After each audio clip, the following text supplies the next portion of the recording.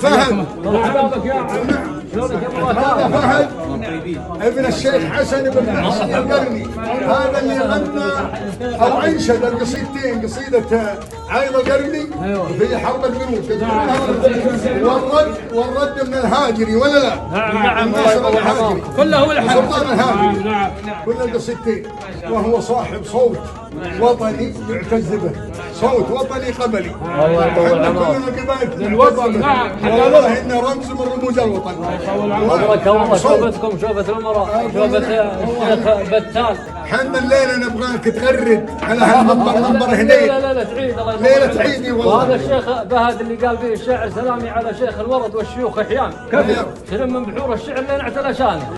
هي ضاقت جنوب المجالس، قلط قدام يدلك على ثقل الرجال في الميزان. بدون ضهد واحتزام بلعبة